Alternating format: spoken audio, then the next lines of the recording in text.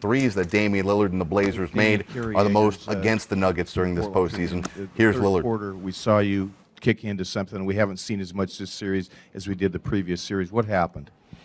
I mean, I thought a lot of the looks were similar looks. Just had to make shots. I think sometimes as a shooter, the shots just don't fall, and then you start trying to make shots a little bit too hard. You start trying too hard to make shots. Maybe take a few tough ones, and then that just makes it, a longer night sometimes. And I think over the course of the series, well, at least after game one, just haven't seen the ball go in consistent enough. And my job is to stay aggressive, keep doing what I do. And tonight, shots fell. Second row on the right. Dame, Sean Highkin, Bleacher Report. You've never been in a Game 7 in your career in the playoffs. What are you expecting, or do you have any kind of thoughts on what kind of atmosphere you're going to expect, or how you're going to prepare for it? I mean, I think it's it's always people saying people have never been in a Game 7, but it's basically a game where only one team is going to make it out. It's your last opportunity to play. So.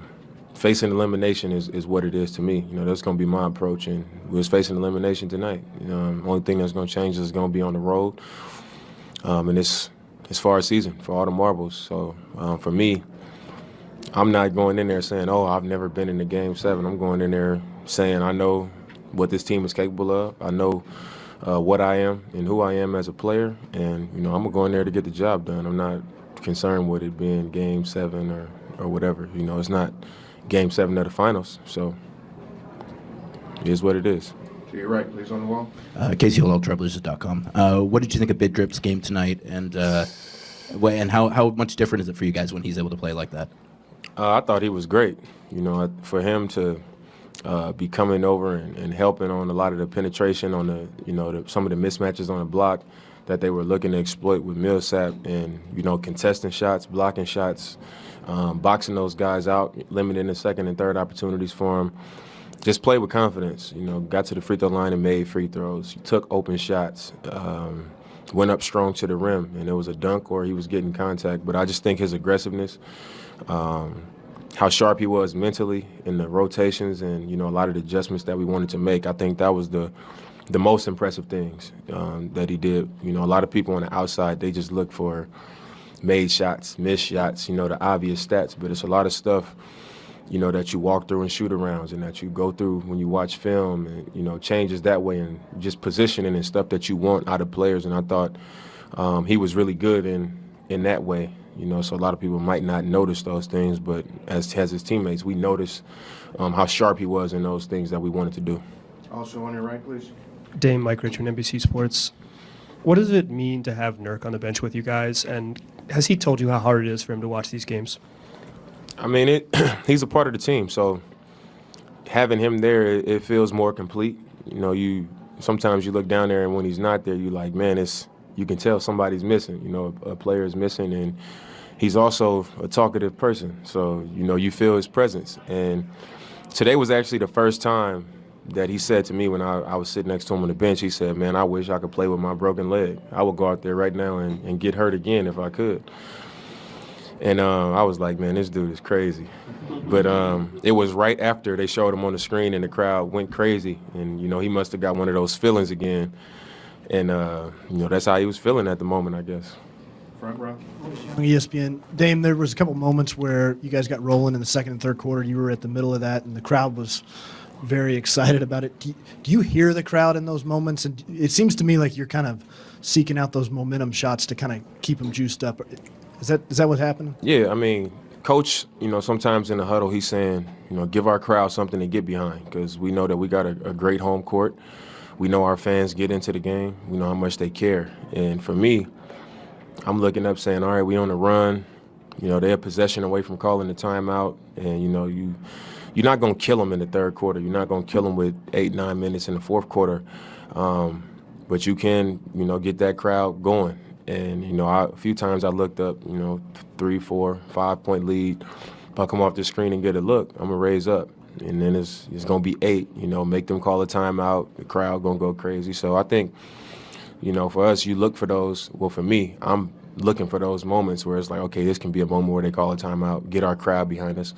because I know how it feels being on the other side. You know, the visiting team, when the crowd is going crazy and you got to call a timeout, it's like you got to regroup. You know, you got to go in the huddle and have these conversations. So I guess that is true. You know, I look for those moments. Second row, please. Dave, Mark Schwartz, ESPN. As the leader of this group, with 70 hours or so to go until the next one, what kind of things do you hope to instill and to say to your guys to make sure that they are at their best when the tip goes up on Sunday? I think the number one thing is, you know, well, not the number one thing. The number two thing is to get rest. You know, stay off our feet, rest our bodies, make sure that we do that part. And then the number one thing is have our minds right. You know, don't overthink, don't make it some big crazy deal or nothing like that. We're going to play a basketball game, and it's a big game, and we've won on their floor before, and we know what type of mentality we had when we did that. So we got to go out there, be tough, be physical, be sharp in our scouting report, play for each other, play with each other on both ends, and just put the pressure on them. You know, make them earn everything on their offensive end, and then when we get the ball, make sure that we get shots up. You know, value each possession. Don't go out there turning the ball over, playing into their hands, you know, where they get an opportunity to get their crowd involved. So that has to be our mentality, to just be sharp, be physical, go in there ready to take the game, because it's the only way it's going to happen is us going in there and taking it. Last question, front row. Jared Cowley, KGW. Rodney Hood has been good in this series, obviously. How much easier does it make it for you and CJ to have a consistent scorer on the wing? It's huge, because obviously coming into whatever game or series it is, CJ and I, we know the attention that we're going to get. We know teams are going to come try to take us out. We know that teams are going to give a lot of attention to our pick and rolls.